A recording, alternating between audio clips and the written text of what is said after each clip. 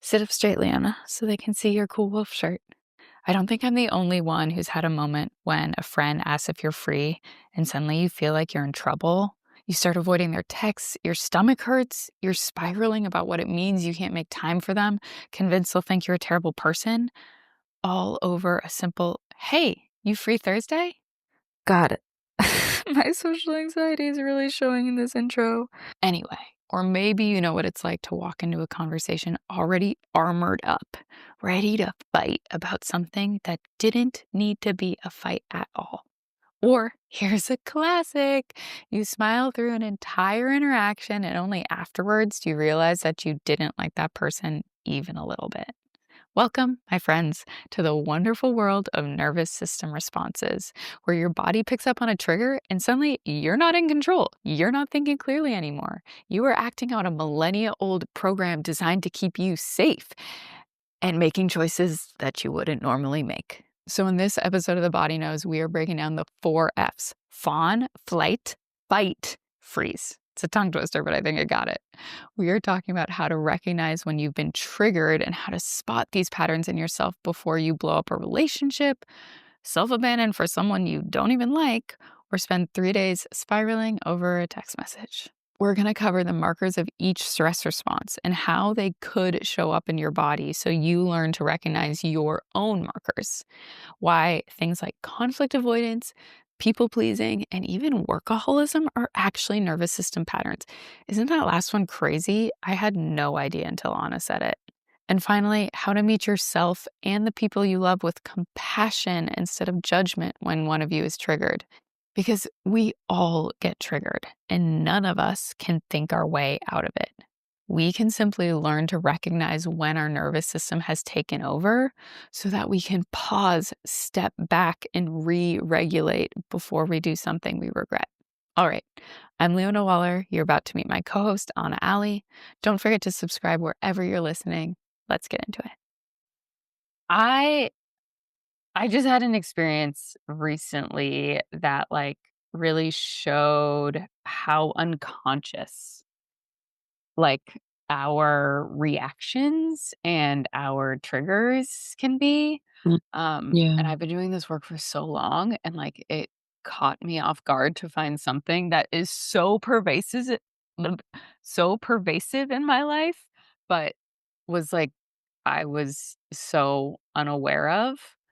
Um Mm, and it's just a wild experience, and I think, a lot of people are moving through their lives, their relationships with friends, lovers, themselves, and, we all need to know how easy it is to get sucked into these unconscious patterns and to, be aware of them for each other and for ourselves. ugh, Um, I love that. Yes, like, building that awareness, like, how key is that? Or how key that is. I'm yeah. not gonna ask how key is that. That is key. It's key! Um And so, the pattern that I'm seeing really clearly, I've always known that I was uh, I place a lot of value on the comfort of the people around me, and I can be Mm, very willing to compromise. I've never called myself conflict avoidant though, and I now have to claim that I am conflict avoidant. And this, oh my God, this pattern is so physical, it's so embodied, it's so somatic. When mm, I think I like am gonna let someone down, I'm gonna disappoint someone, I'm going to go against what they had planned and what they want, my entire system shuts down and mm, like I fully the response that I'm having wildly disproportionate. When, literally an example is, a friend is in town for 4 days and wants to hang out, and I have a busy 4 days, and it takes me 2 days of, waffling, texting them back and forth to just own, "Hey, I'm really busy and I can't see you right now," instead of mm, just being like, "I'm so sorry. Like, it's not that you're not a priority, like, whatever, I've just, like, fully spiraled out about what all of this means instead of like, Mm. "Oh, it's really lovely that you're in town, but I'm sorry, I don't have time in the next 4 days." But, like, instead, I created this crazy story in my mind about how they would think it meant that they weren't a priority to me and that I Right, that was, you like, didn't care about them. yeah, and that I was, like, flaky and self-absorbed and, like, all of this shit that was so disproportionate to what was happening, which was a friend being like, "Hey, are you free?" So we're talking about that Oh today. my god. Yes, I love that. Let's talk about the inner spiral. The spiral, that's such a good way of, like, encapsulating what's going on. The spiral, and Anna and I were talking about it before we started recording and trying to, like, parse out the difference between being triggered, which, like, is an actual, like, physiological reaction. Um, Yeah, and that's the key word here, I think, in so many ways. yeah, There are actual, like, measurable physiological changes happening in your body in reaction to the environment or context that you're in. yeah. So, like, being triggered and how that compares, overlaps to being dysregulated, and how that compares and overlaps to being in an inner child state. Um, and so we want to try to define these things for you and define how you can recognize them and like why it's important to recognize them because otherwise they will make you very anxious and they will also make you react really intensely when it could have been much more chill. Yes. And they will yeah, and not okay, you're right. Where do we start? um, well, on That a awareness piece. yeah, you know. That awareness piece, right? Or yeah, I think I mean, that's, like, what I always come back to with myself, with clients, whatever it is, like, how do I build awareness so that I move from unconscious patterning to, like, consciously, intentionally living? Mhm. And,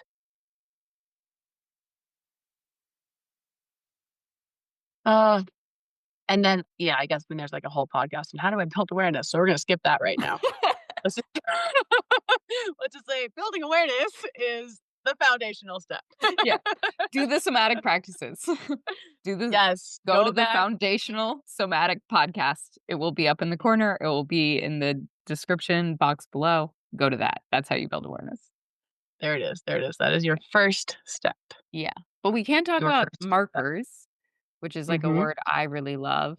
And so getting into like the markers of being triggered, of being dysregulated, of being in an inner child response, or like some spiraling, like these markers that are can be they're like universal, like kind of overarching, like this is what's happening, but then it each manifests in our bodies a little bit differently.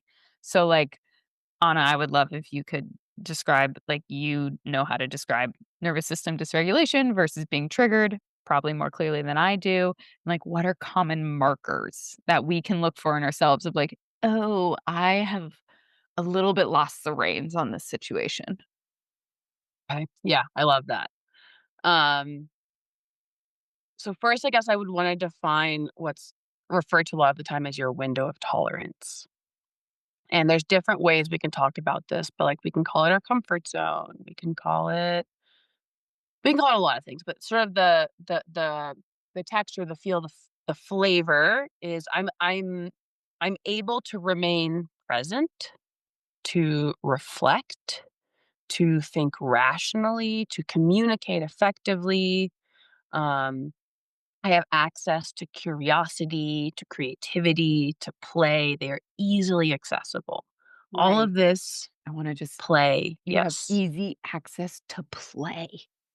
Yeah. That's Yeah. a big one. That's like these are indicators, lights within your system that like you're within your window of tolerance. Yeah.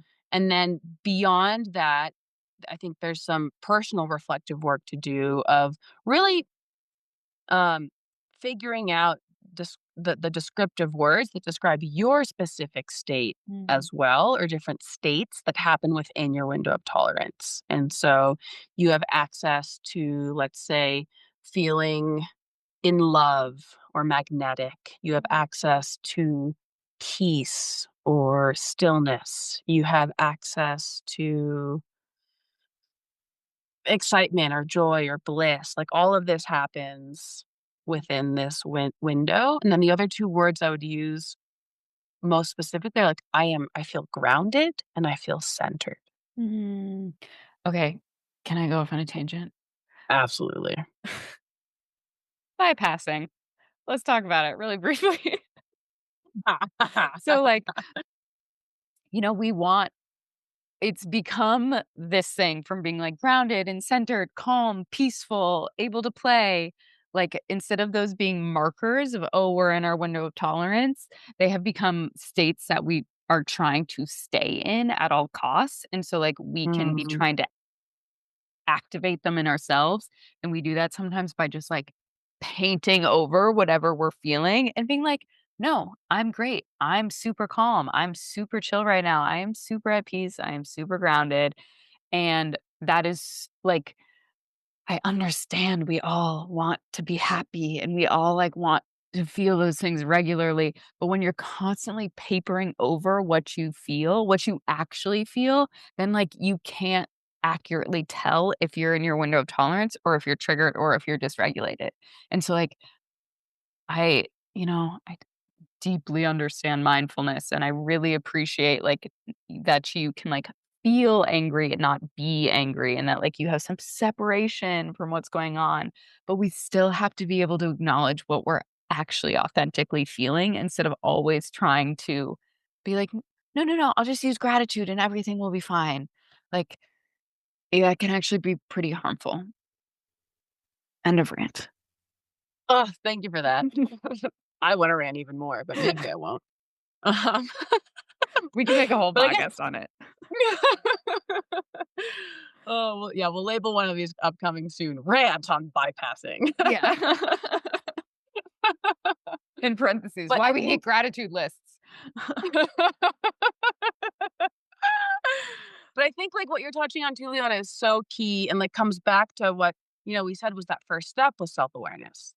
And bypassing happens in so many ways when we have awareness of certain aspects of our experience and then ignore others. Mhm. And we say, "I'm living consciously, I'm living with awareness, I'm living with attention," but really we're, like, closing the door or turning away from this other part of our experience, and we're Yeah. bypassing. Yes. And it's not gonna go anywhere, it's still gonna be there, and it's gonna show up.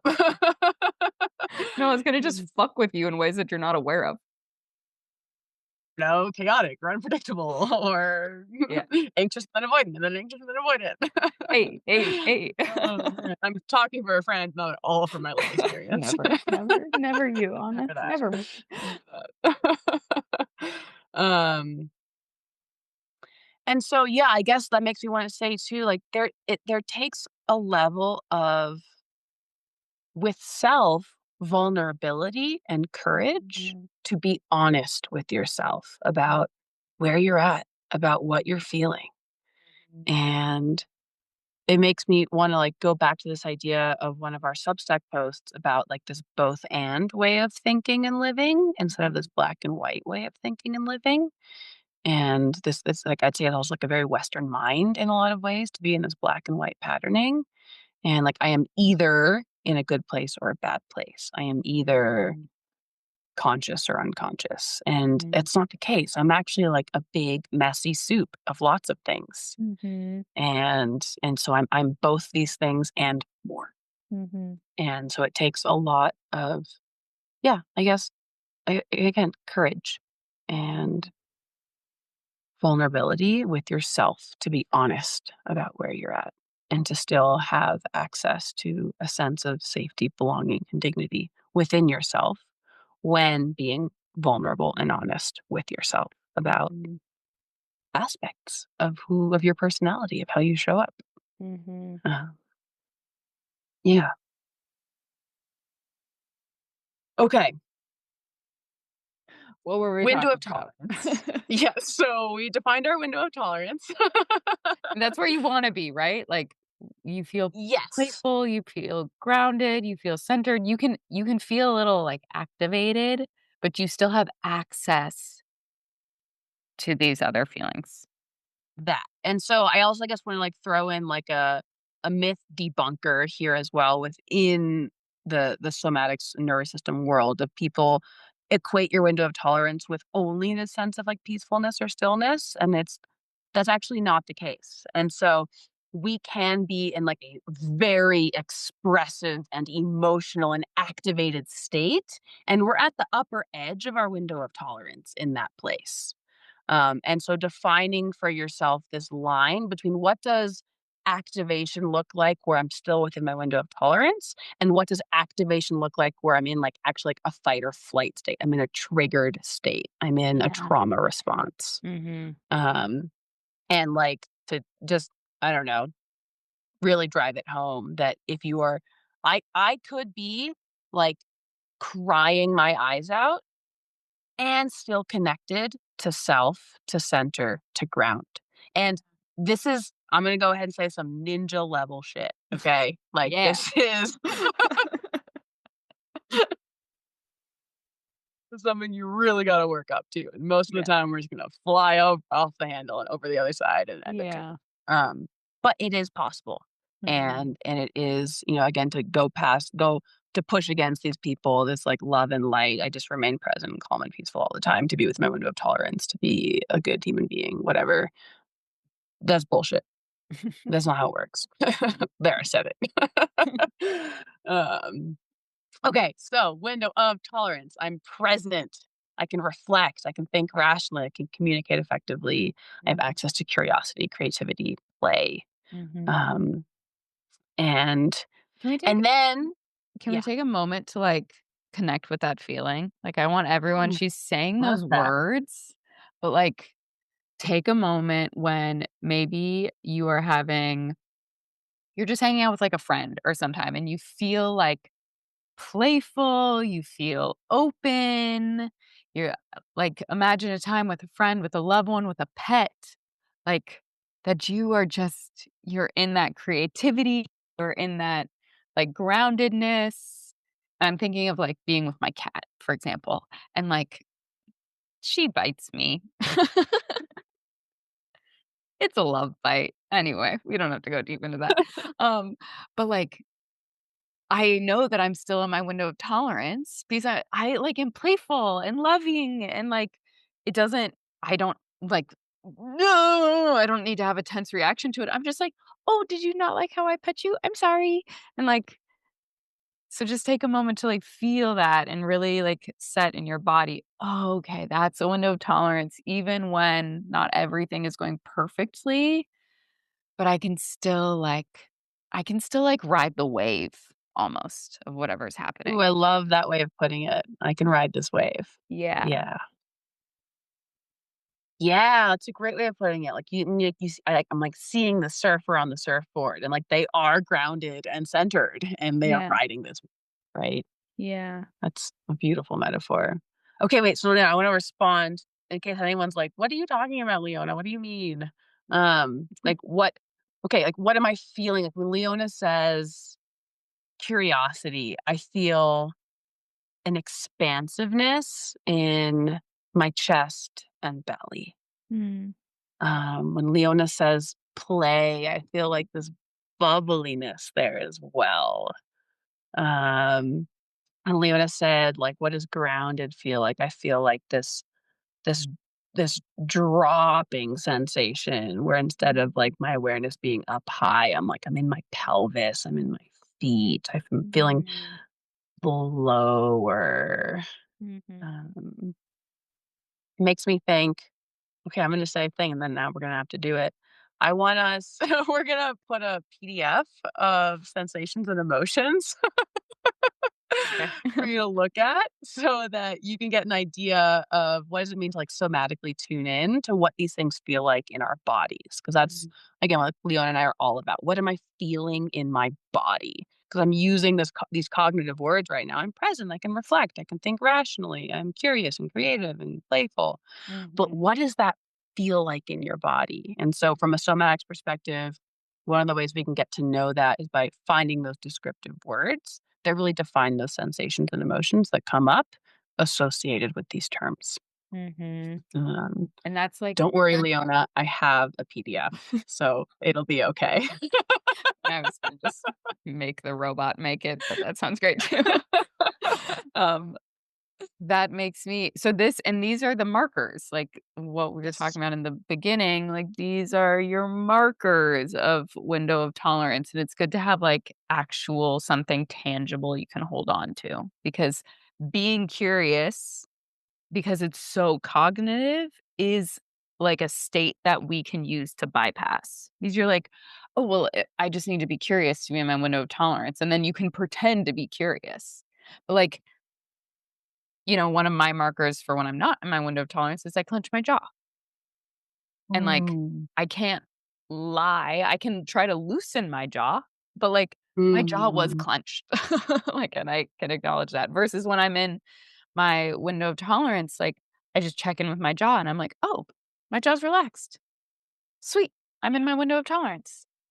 Yeah, And yeah. another, marker for me in my window of tolerance is, like, a feeling that I can pivot. This one's, like, kind of sensational, kind of emotional, Love that. like, a feeling that, I I have this sense of flexibility in the way that I'm communicating, and so I'm like, That's the "Oh, word. yeah, I know in this moment that, like, I could totally change my tone." Like, I could get a little sassy, I could get goofy, I could get really compassionate and soft, and I have that range and that flexibility, and that's another marker. I'm in my window of tolerance. I'm doing all right. I'm doing great. I'm doing great. Great. Yes. Yeah, flexibility. That reminds me of, like, the first podcast we recorded Mm, about what is dysregulation, myths mhm. about it, or the I think we talked about in that podcast as Yeah. well, or in that episode, is my system is flexible and able to respond and move and change with this present moment context. Yeah. And so a Mm, marker you're not in your window of tolerance is like when you can't think about anything else or when you can't yeah, shake it off.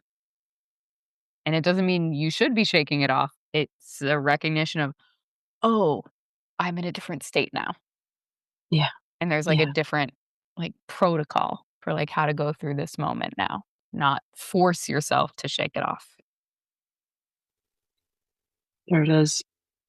Okay, so window of tolerance. Now let's talk about what is outside of our window of tolerance. And so, again, I want to, I guess, say this is a framework.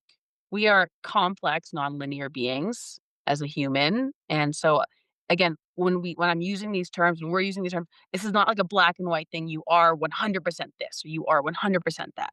Like, let's leave some room for nuance here. Let's leave some room for I'm there's a bit of both going on, Mm, but we're gonna break these up into a linear framework because that's how our brains work best. Um, outside of our window of tolerance, which is when you are in a regulated state, um, we can talk about what's called the fawn, flight, fight, or freeze responses. mhm, And so fawn is, I'd say, actually one of the hardest ones to track within yourself mhm, because it's very subtle. Um, but the idea behind the fawn response is you can think of it a lot of the time as a people pleaser response. But if you think about like one of the core aspects of our human experience is social connection and this sensation of I belong, I'm welcome here. And when that is threatened in some way, one of our first go-tos is going to be a fawn response, mm, where let's say, and this is like also related to conflict avoidance. This is also related to, where we started today. Um, of but the idea is if you look at yourself, we are mimicking social engagement, but mm, within ourselves, what we're feeling is something else. And it's some texture of like a fear response. And so the fawn response is really hard to track within someone else and to track within ourselves because we're smiling and we're laughing and like, ah, that was a funny joke. Even though inside you're like, wait, "Oh my god, that made me so uncomfortable." Mhm. That's a fawn response. Mhm. And so, Um, can I drop in one of my markers for a fawn response is when I find, um, social engagement extra draining. Like, yes. when I'm like, "Oh my god, I cannot be with this person for more than 10 minutes," and it's not like an irritation, it's not like they're bothering me, I'm just like, "Oh my god," like and then I realize, like, "Oh, I am performing. I am That's the fawning." word. Performativity, performing, that is all yeah, exactly. That is also that's a fawn response. Yeah. I'm afraid, and so I'm going to perform in order to feel like or that I belong, or to receive validation from those around me that I belong, that I'm welcome Yeah. here. And you don't have to know why you're fawning. I'm just gonna throw that out there too, like, I Mm, fawn all the time, because I have social anxiety, and it's not like I'm afraid of the person in front of me, they're not making me feel unsafe, but, like, I have a tendency to feel afraid around new people, about them judging me, about them liking me, whatever, um, and so, like, it doesn't have to be like, "Well, they're a good person, so I'm not fawning," like, it doesn't matter. You're fawning. You're fawning. right. Exactly, exactly. Yeah, and I think, like, what I'm hearing you say in a lot of ways is it's like their threat may not actually be there, like, legitimate threat. Yeah. Like, this could be, like, one of the most loving, non-judgmental, inclusive people in the world, and, like, your response inside isn't because they are a certain way, but because your body has experienced that threat in the past, and it's concerned that it's gonna relive it in the moment or believes it is reliving it in the moment, regardless of if it actually is or not, Yeah. and so you're responding in that way. Yeah. Yeah. Do you have any markers for fawning, Anna? Yeah, I get, like I think I feel this tightness Mm, in my chest and my neck and my shoulders. Like, mhm. instead of, like, being, like, this, like, loose and open and flowing, I tense up a little, Mhm. and I smile too much. Too much. Yes. Yeah, and, like, I'm a very smiley person, and I wanna, like, not make that as if I'm, like, making a jab at smiley people. I'm the first one to say I love smiling, it's authentic, it's genuine, etcetera. But something like I'll even, like if I had started, like if you're, like, your jaw gets tired, your cheeks get tired from smiling too much, like, yeah, there's probably something maybe your friend said the funniest thing in the world and you haven't stopped laughing for 10 minutes, right? I'm not, like, throwing that out. But Maybe you're on, like, a little bit of drugs. It happens. yeah, yeah, exactly, exactly. But especially so, like, if I'm similarly, like, if I'm in a new context, so I'm with a group of people that I'm unfamiliar with, that's likely I already know going into that, like, I'm probably gonna go into a fawn response because there is a part of me that is feels uncomfortable around new people and has this fear of judgment and of not of being outcast or, whatever. Mhm. And so especially so if I'm, like, smiling a lot and I'm with a new group of people, Imma be honest with myself, I'm in a fawn response, Mhm. Um, but yeah, there's, like, this tension that comes in. Mhm. Um, and I'd say, like, in my upper body, like, throat, jaw, shoulders, chest. I'm not, like, loose and relaxed. I'm tight in some way, even if just slightly. Mhm. Yeah.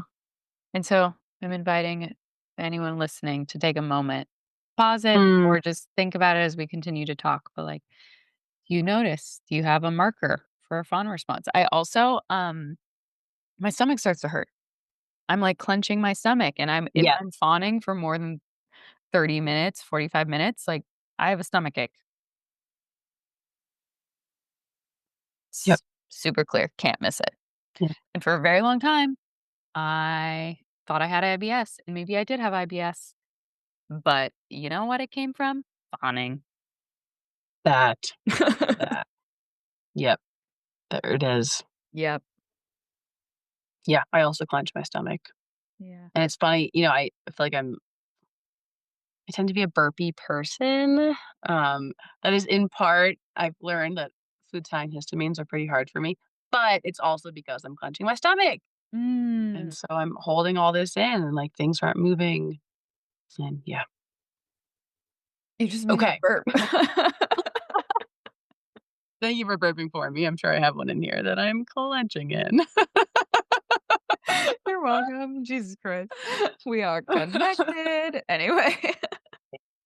Okay, flight response. Okay, so indicators you are in a flight response. And maybe I'll, like, put flight and fight next to each other as well.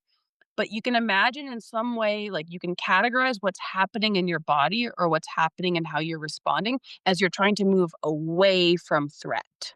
Mm, Versus in a fight response, you are moving toward threat. mhm, And so what do I mean by that? As an emotional tone, flight is going to be anxiety, is mm, going to be worry, is you're leaning back. That's moving away from the thing. You're like tapping your feet in this jittery way. That's like the sort of like body mimicking like running in some way. There's this fidgeting, this restlessness. Maybe like you've got like darting eyes, like you're talking to someone, like you're distracted by every little thing that goes on around you, and you're like mm, you watch that car go by, and then you watch that person walk by, and then like all these indicators, like your attention is going away and wanting to move away from whatever's mhm, right in front of you, whatever this context is. That's a flight response. And mhm, then that fight response, you're moving toward it. And so that emotional tone is going to be anger, irritation, mhm, frustration. You're going to start conflict. Flight response, you're maybe like avoiding conflict. You're mhm, running away in some way. Um, your your breathing tones are going to be different as well. A lot of the time, like with that flight response, you might be like breathing into your chest a lot. It could be rapid versus in that fight response, it's more like forceful breathing, big breaths. mm, And you're leaning forward in a fight mhm, response. You're pulling back in a flight response. You're ready to attack, right? I mhm, don't mean you're actually going to be aggressive with someone like physically. No, you could be, but you're leaning forward, preparing to attack is that, evolutionary piece. You're also gonna feel, like, a lot more tension in your body as if, like, you're, like, again, like, preparing to throw a punch, for example. Like, your fists might be clenching, your jaw's gonna tighten. Um, and the idea is, like, you're ready to defend against threat instead of flee from threat. mhm. I was gonna just drop in my markers. So for flight, which I experience quite often, um, I, like, wanna isolate. Like, anybody texting me, emails coming in, any of that is, like, too overwhelming, and I just have this feeling like I need to be alone in my room, and I need to, like, cut off anybody's access to me, and, like, I need to be by myself, and, like, yeah, sure, I need to be by myself, that's, like, a reasonable way of re-regulating, but, like, uh, I'm not this is like a I'm in a nervous system response at this point, like, there is, like, a big nervous system activation happening, is, like, any text message that comes in is, like, overwhelming to me because mine so Yeah. often comes across through, like, social contexts, Mhm. versus the fight response. I I can tell when I'm, like, going into a conversation just feeling armored. And, like, a lot of my, like, markers they're, like, somewhere in between emotional and somatic, so I'm sorry I don't have, like, the good but, like, my energy is ready for a fight, and, like, it Mhm. could be talking about something that, like, doesn't like, I've had this reflected back to me, so now I can see it a little bit more clearly, but I make things that, like, could just be conversations, I make them conflicts. Like, they didn't have to be a Yes. conflict, but I come in and, like, I would say that we have also been taught this with, like, boundary setting, you know? Like, I can come in hard on boundaries and be like, "This is my boundary," and, like, I am in a fight response also. Yes. Versus, like, that's a, "Oop." A very different response from like, "Hey, yeah, that's actually a boundary for me." Like, "Thanks, but no thanks." Totally different from like, "That's not gonna happen, and how dare you even ask?" Even if I don't say that, like, that is my energy. Yes, yes, yes. Yeah, wow, thank you for, like, giving those examples because I feel like that also really clearly showed this idea of, like, moving away from something versus moving towards something, and, like, that wanting to isolate yourself, like, you're moving away, you're turning away, you're isolating yourself in some way from these inputs Yeah. versus, like, you're moving toward and giving more, and it makes me think of, like, that's also this, like, workaholic response is, like, you're stuck in a fight response, like, you have to, like it's you can think of it as, like, I want to engage with nothing is that flight response. Mhm. I need to engage with everything is that fight response. Yeah. And, like, these are the different ways they show up in our modern world today. Mhm. And you can like, it's beautiful to look at your own markers for this, and, it's also good to like the people really close to you, your friends, your family, your loved ones, like, I I don't think it's too invasive. Like, don't do this in a judgy way, but, like, it's nice to track other people's markers and be like, I know if, like I can tell if my partner is, like, just, like, kind of foaming at the bit to, like, do all this work and, like, get into it, that, like, there's something going on. Yeah. And, like, Yes. I don't need I to think this then, is like, villainize them for it or whatever. exactly. It's such a loving act, I would say, to be able to take a step back and witness the person in front of you and say, like, "Oh, their nervous system is triggered right now." Like, I'm gonna it helps me, like, not take so personally whatever they're throwing at me, whether it's, like, avoidance or aggression. Yeah. And like, if it is, like, a loving relationship, if it is you can work together, like, "Okay, when I notice you, babe, like, in this place, like, how can I support you?" And Yeah. not in the moment. If they're triggered, don't ask them to do this in the moment, right? This is like, you're both regulated, you have the conversation another time. Yeah. You're both within your window of tolerance. You both have the language here. Like, what do you need? And maybe it's contact. Maybe it's a hand on their shoulder. Yeah. Maybe it's like, I know for me, for example, if I'm sad, I want contact. If I'm angry, don't you dare effing touch me. Relatable. And so, like, learning, with your loved ones, okay, what does this person need? Can I help them? Like, oh, I think we're both activated right now. Can we both take a moment to just ground into our seat and then come back to this conversation? Yeah. And like Leona said, like, there's an art to communicating this to a partner.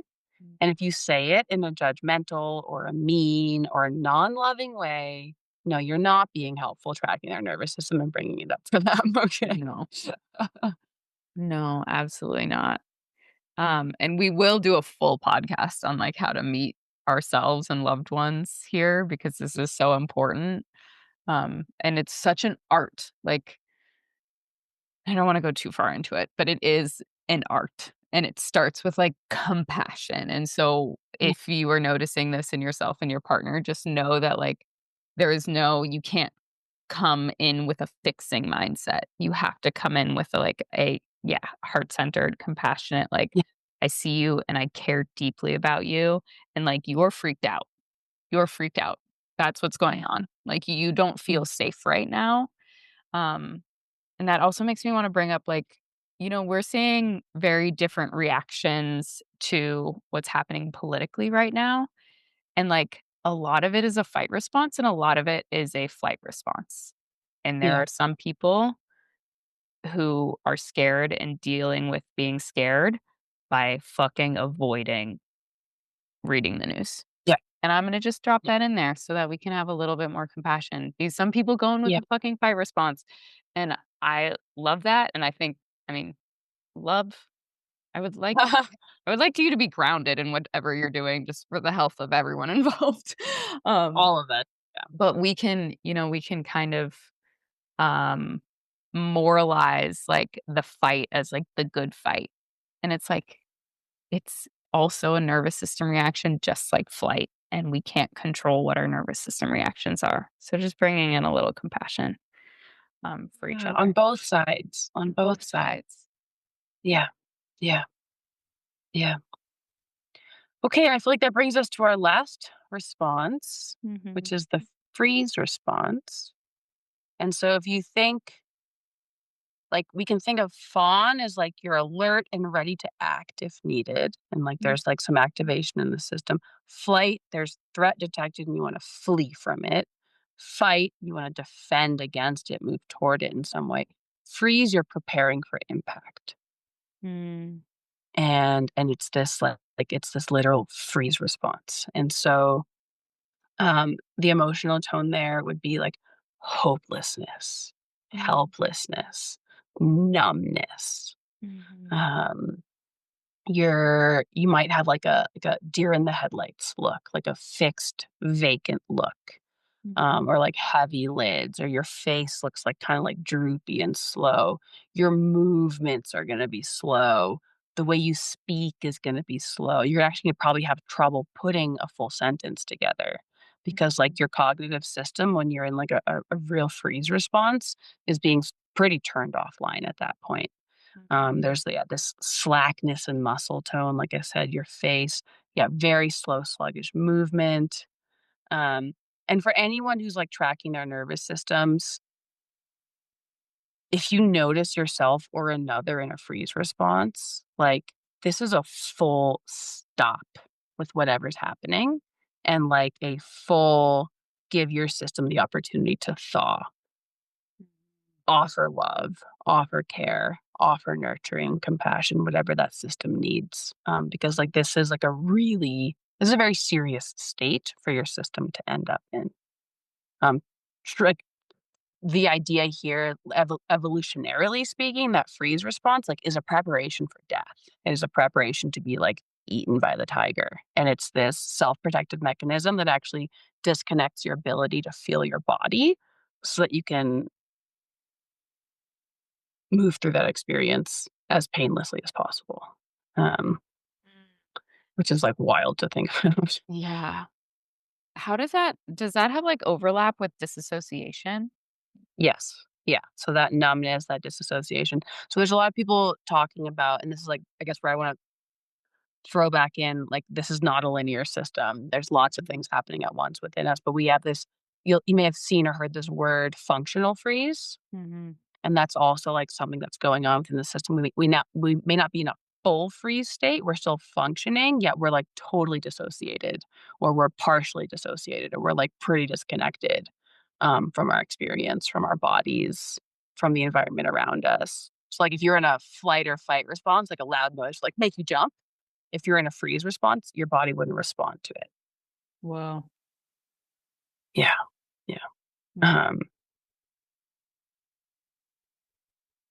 and so I guess the descriptive words there, like slow, heavy, Heavy. sluggish, um, dense, Mhm. um, but like numbness, like that's a really like disconnected, dissociated. Like these are also like it's hard to feel. It's This hard is to like feel. that's like the big indicator there in so many Yeah. ways. Is like I'm not feeling anything right now.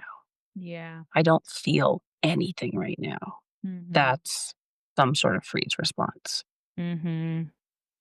And it's, like, knowing these,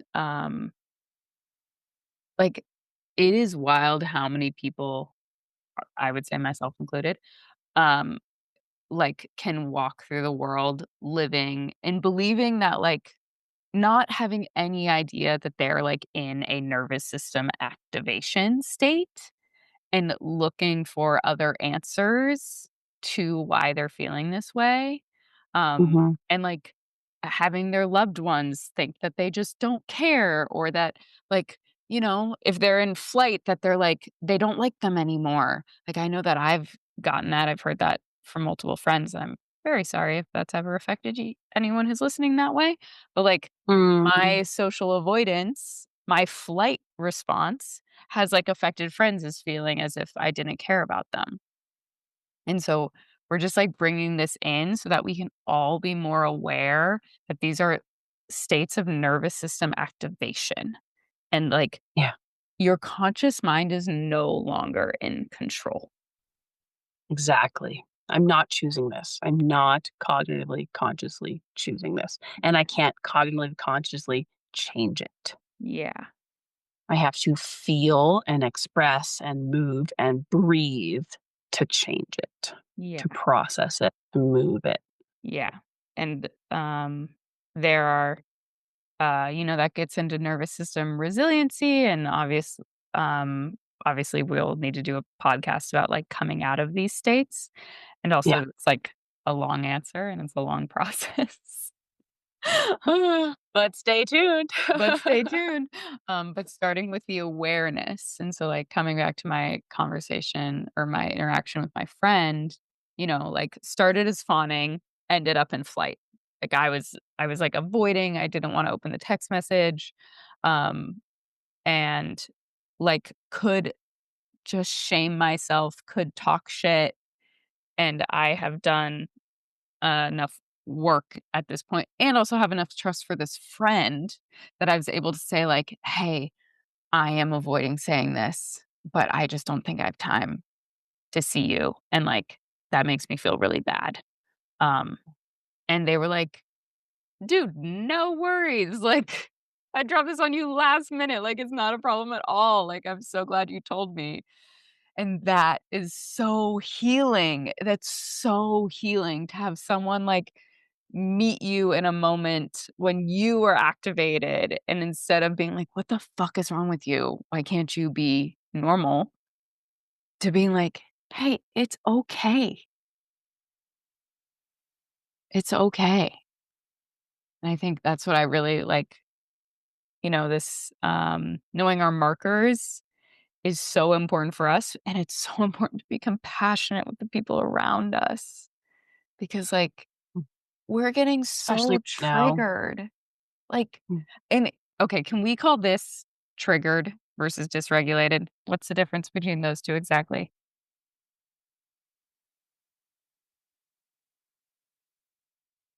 I can No, they overlap. There okay. isn't. Well, I can say what Perplexity said.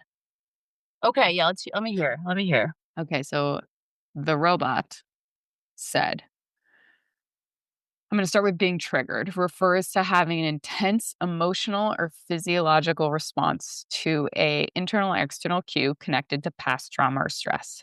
Triggers activate defensive nervous system responses like fight, flight, freeze, or fawn, often resulting in immediate dysregulation, which I'll define in a second.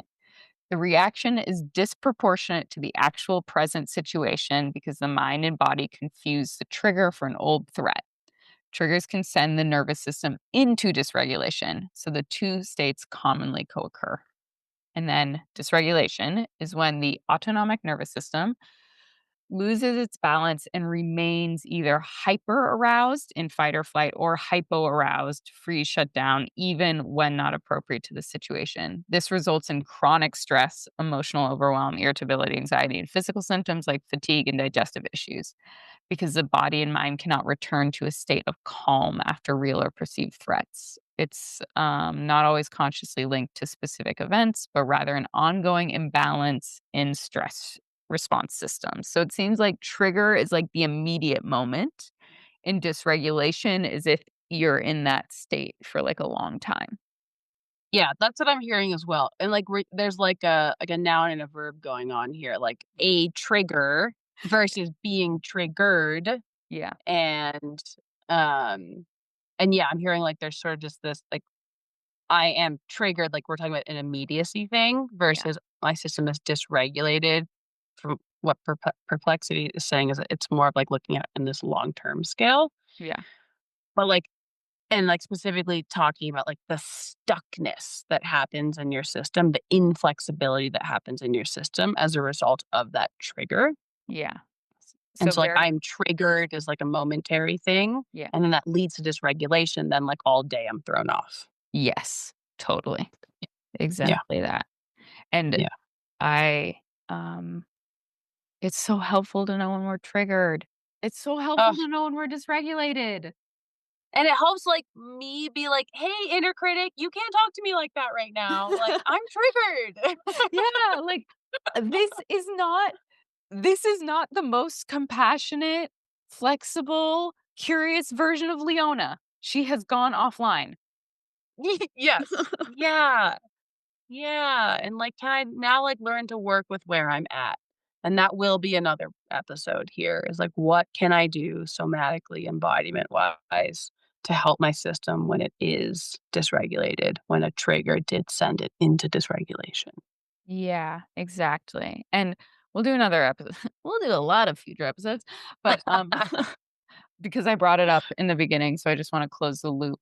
We talked about being in an inner child state in the beginning, Yeah, and that is a psychological state versus these others, which are physiological states. Dysregulation, being triggered are physiological.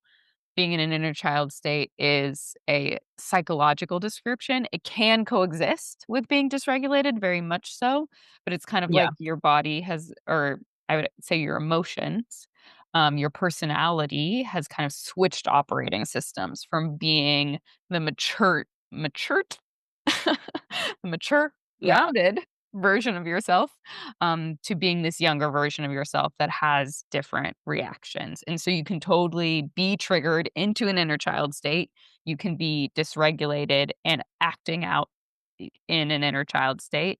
All those things can coexist, but it's like a different framework, physiological That versus psychological. that's, like, where my mind is going as well. Like, these are just different frameworks that have a lot of overlap, Yeah. and where dysregulation talks a lot about your felt sense experience, what's happening there.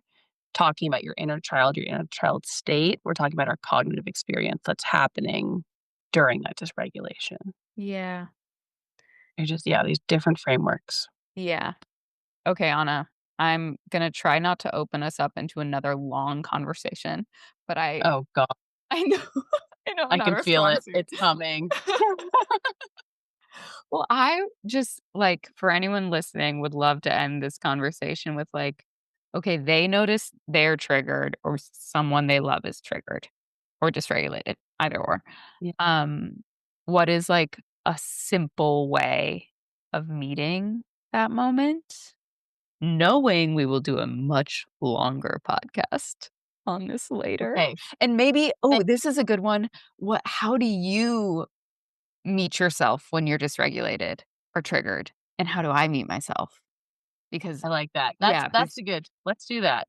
yeah. Yeah. I mean, first, thank you for telling my parts that we do a much longer episode on this because that allowed them to be like, "Okay, we don't have to go into the details right now. Let's just give a quick tidbit." Yeah. Okay, my go-tos. I've been doing it throughout this podcast, for example. But my go-to is to feel it's what we call grounding practice, and it's to feel the sensation of my body on the seat that I'm resting on. Mm, And again, I want to say, like, with somatic practices, it takes time and familiarity and lots of repetition and practice for your body to then be able to utilize this as a tool to ground yourself. Because mhm. you have to like build familiarity with like how this practice can work. So you might do this right now and be like, I don't feel more grounded. I'm just gonna say, like, you gotta practice. But it's literally as simple as I just said. I'm feeling the sensation of pressure on the bottom of my thighs, on my glutes, and on my low back, because that's what is making contact with the seat below me right now. And that brings me from, like, say, like, if I notice my thoughts start spiraling and, like, Leona saying something and my mind is like, "Remember that funny parrot video you saw on Instagram yesterday?" Like, that's when I go, "Oh, okay, gotta get back in my body." Like, my mind Mhm, is going somewhere. And so the way I like to get back in my body is that grounding practice where I just mm, notice what I'm feeling in my body from the seat that I'm sitting on or the ground that I'm standing on if I'm standing. mhm. I love that, and I love the juxtaposition because you are so somatic and I'm so emotional, and so I'm obviously gonna deal with this in a much more emotional way. Yes. Um, and so, like, the example with my friend in this text message, um, first I had to notice. I had to, like, pick up on a marker, and it's this part of this much bigger realization of how conflict avoidant I am. And so first I had to, like, say to myself, like, "Hey, you're triggered." And, like, I just acknowledged that in myself, and then I said, "And that's okay." Yes. And that's, like, the first step that gets me to, like, yeah, like, to exhale, like, "It's okay. It's Yeah. okay." And for Yeah. me, um, I need to have some sort of expression to really move through it, and that can just be, like, me, myself, and I. Like, I journal, I go on a walk, and I leave myself a voice note talking about what I'm feeling, holding this underlying emotion that it's okay to feel what I feel. And so there's just, this compassionate awareness that's like, "Yeah, yeah, this is what you're feeling." And then either if it's with a situation like this friend, I can just bring it up to them and, like that them meeting that moment with so much understanding, like, helps it flow. Or I bring it up with someone else I love and someone else I trust. And for me, that, like, Yeah. compassionate witness, like, can crack me out of so much, like, such intense nervous system activation. Um, and the big key for me is, um you know, fight, flight, fawn, all of these things, like, make you, like, fight. Like, I feel like I need to be fighting, and that's what's gonna get me out of this. No. Actually, sending a very bitchy text message to this person will just make me feel worse later. And Yeah. so for me, I have to acknowledge the fact that I am triggered and that I'm having a response and that it's like I'm feeling the need to protect myself and that I need to go commune, to use a very hippie word. I need to go like commune with the part of myself that's below the fear. Mm, That's below, sorry, pardon me, that's below the fight. So that's below the freeze, below the fawn. I don't need to do a better job at fight, flight, or fawn. I don't need to do a better job out there. I need to drop below it and somehow express what's going on below it. mm. So for me, that's Yeah. the process. Find what's there, like what's Yeah, causing this, what's and what yeah, needs to be said or felt or moved. I yeah. love that. Like, And I love, like, the mini, like, flow chart I feel like you just had of, like, you know, "Am I in my window of tolerance? Yes or no? Am I in yeah. a fight response? Yes or no? Do I text them back? No." 100%. 100%. And I Find think, what's underneath the surface instead and express, yeah. and then return to step 1. Am I in my window of tolerance? You know? Oh my god, that's so funny. That's exactly what it is. Maybe I'll make that just for fun. Like, put it on my Absolutely wall. should. Yeah. I could use that actually. Um, Amazing, we all could. yeah, A and little roadmap really, for when like, we're yeah. What I really want, what I see and what I do regularly, um, and how, like, being in a dysregulated or triggered state ends up really hurting relationships is people in like, fight is a really good example. People thinking that to clear the fight impulse, they need to fight. And, like, sometimes we need to fight. Sometimes we need to fucking set our boundaries. Like, I am a big proponent of rage and sacred rage and recognizing, like, sometimes the person in front of me is just the one unfortunate enough to be here when I am in a fight response. And, like, I'm gonna say something I regret to someone that I love. And so I'm gonna go the level down. Which is like, "Oh, I'm feeling really protective and defensive." Of what? Of what? Express Yeah, that. yeah, yeah. Find, like, that need below the surface, Yeah. that thing. Yeah, and, like, what you just said, like, I can think of a million times I wish I had done this in the moment, but, when you notice, like, you're in an argument with a friend, with a partner, with a loved one, and you notice, like, being able to say, "Actually, I can feel like I'm in a fight response right now, or, like, I am overwhelmed right now, and I can feel that I'm gonna say something that I'm gonna regret, and I don't wanna hurt you, so I need to step away right now to take care of to take care of this so I can show up in the way I wanna show up, Yeah. like, that's what we're looking for, that's what we're going for, that's what Yeah. ugh, if only we could learn to do that more often. Yeah. One unfortunate conversation at a time. Amazing. Um, Well, wow.